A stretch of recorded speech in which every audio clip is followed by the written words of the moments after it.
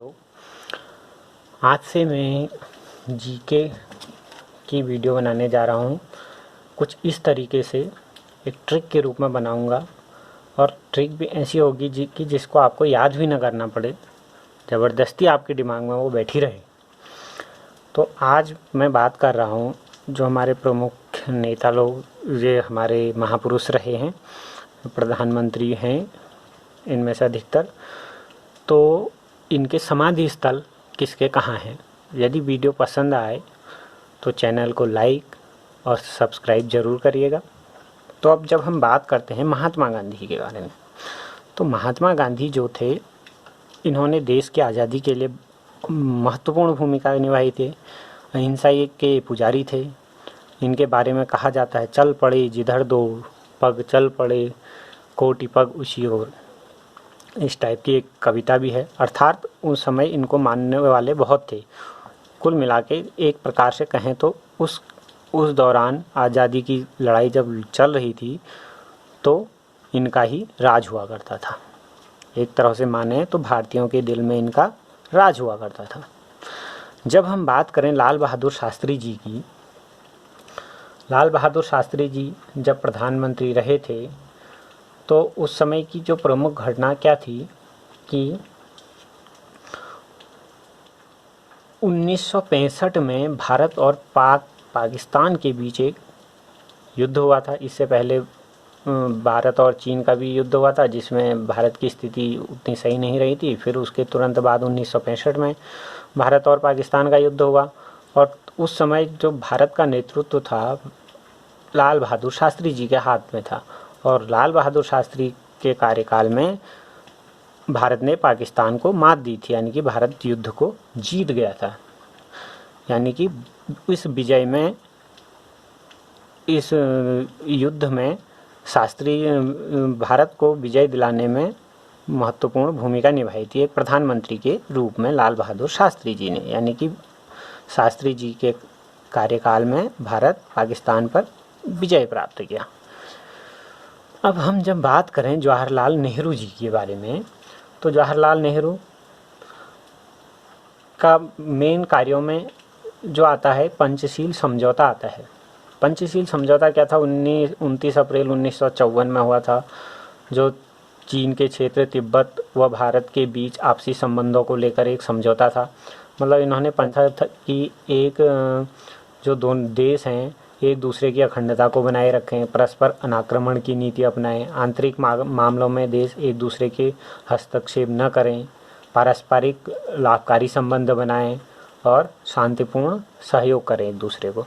यानी कि शांतिपूर्ण देश आपस में रहें, इसलिए इन्होंने पंचशील सिद्धांत दिया था।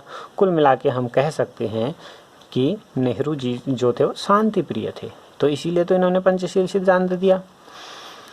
अब चौधरी चरण सिंह की बात करें, जो चौधरी चरण सिंह हमारे देश के 5वें प्रधानमंत्री जो थे, इनका जन्म मेरठ में एक जाट परिवार में हुआ था और जो एक क्या थे, किसान परिवार था। यानी कि चौधरी चरण सिंह का जन्म किसान परिवार में हुआ था।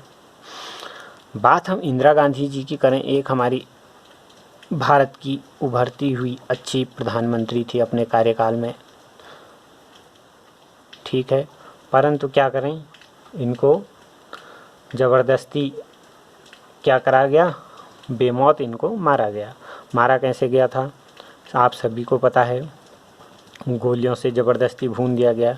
यानी कि शक्ति का दुरुपयोग करके इनको मारा गया, यानी कि इन पर शक्तिपूर्वक प्रहार करा गया। जब इंदिरा गांधी जी की मृत्यु हुई तो इनके पुत्र कौन थे? राजीव गांधी थे। माँ की मृत्यु हो जाने के बाद बेटा क्या हो गया? बेटे की ज़िंदगी वीरान सी होगी। तो इस प्रकार से जब हम समझें तो तब हम यहीं पर हमको इन सब के समाधि स्थल भी प्राप्त हो जा रहे हैं। महात्मा गांधी का समाधि स्थल कहाँ था? राजघाट। ऐसी लाल बहादुर शास्त्री जी का कहाँ था? विजय घाट। जवाहरलाल नेहरू जी का शांतिवन, किसान घाट, शक्ति स्थल और वीरान मतलब वीर भूमि।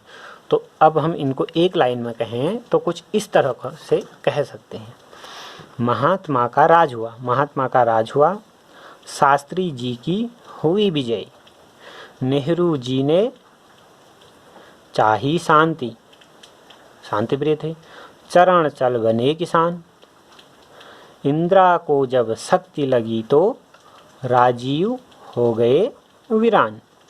यानी कि महात्मा गांधी का समाधि स्थल राजघाट,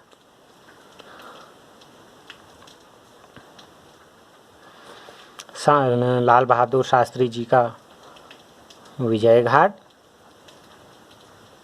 नेहरू जी का शांतिवन, चौधरी चरण सिंह जी का किसान घाट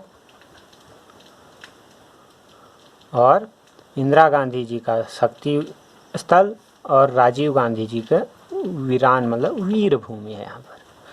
तो इस तरीके से यदि हम समझें, पहले तो हमको याद हो जाएगा, नहीं भी होता है तो हमारे दिमाग में बस ही हो गया होगा कि महात्मा गांधी जो थे अपने कार्य अपने टाइम पर लोगों के दिल में राज किया करते थे। शास्त्री जी जो थे उन्होंने विजय प्राप्त करी थी पाकिस्तान पर। नेहरू जी जो थे वो शांति प्रिय थे, तभी पंचशील समझौता हुआ।